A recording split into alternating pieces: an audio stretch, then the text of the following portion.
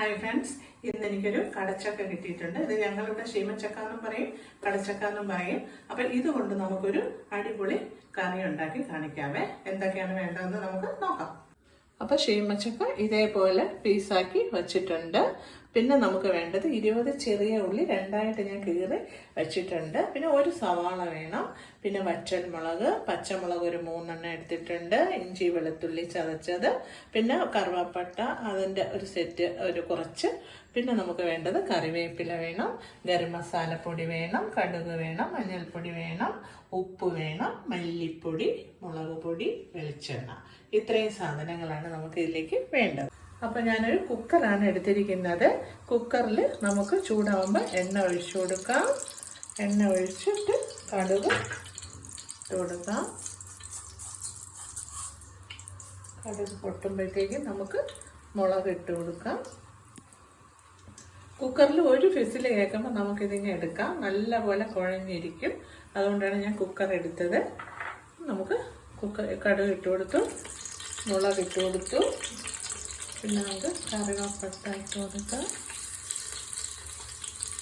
ഇഞ്ചി വെളുത്തുള്ളി പേസ്റ്റ് ഇട്ട് കൊടുക്കാം. പിന്നെ നമുക്ക് കറിവേപ്പിലയും കൂടി ഇട്ട് കൊടുക്കാം.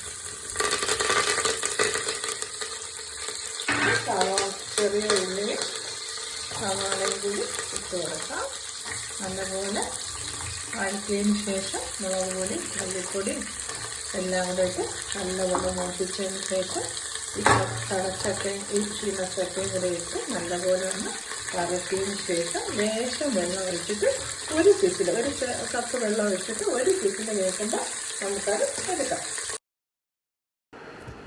നമുക്ക് നല്ലതുപോലെ ഉപ്പും കൂടെ ആവശ്യത്തിന് ഇട്ടിട്ട് നല്ലപോലെ വഴറ്റിയെടുക്കാം.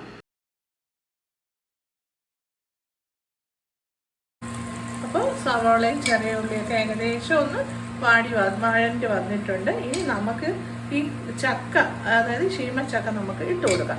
ഇട്ട് കൊടുത്ത് ഏകദേശം ഒന്ന് നല്ലപോലെ ഒന്ന് വാടി വന്നതിന് ശേഷം നമുക്ക് മുളക് പൊടിയും മല്ലിപ്പൊടിയും എല്ലാം ഇട്ട് കൊടുക്കാം.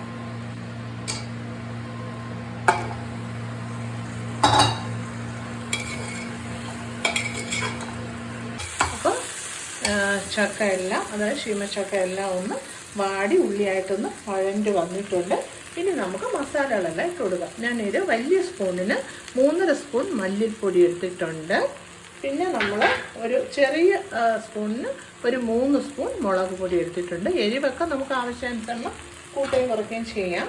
പിന്നെ ഒരു ചെറിയ സ്പൂണിൽ മഞ്ഞൾപ്പൊടി എടുത്തിട്ടുണ്ട്. മഞ്ഞൾപ്പൊടി, പിന്നെ നമുക്ക് ഗരം മസാലപ്പൊടി. ഗരം മസാലപ്പൊടി എൻ്റെ ചെറിയ സ്പൂണാണ്. അപ്പോൾ 2 ചെറിയ സ്പൂണിൽ 2 സ്പൂൺ മസാലപ്പൊടി എടുത്തിട്ടുണ്ട്. നല്ലപോലെ ഇളക്കി യോജിപ്പിക്കാം. യോജിപ്പിച്ചതിന് ശേഷം നമുക്ക് 1 കപ്പ് വെള്ളം ഒഴിച്ചിട്ട് കുക്കർ അടച്ച് ഒരു വിസിൽ കേട്ട് 10 മിനിറ്റ് കഴിയുമ്പോൾ നമുക്ക് എടുക്കാം. തുറന്ന് നോക്കാം.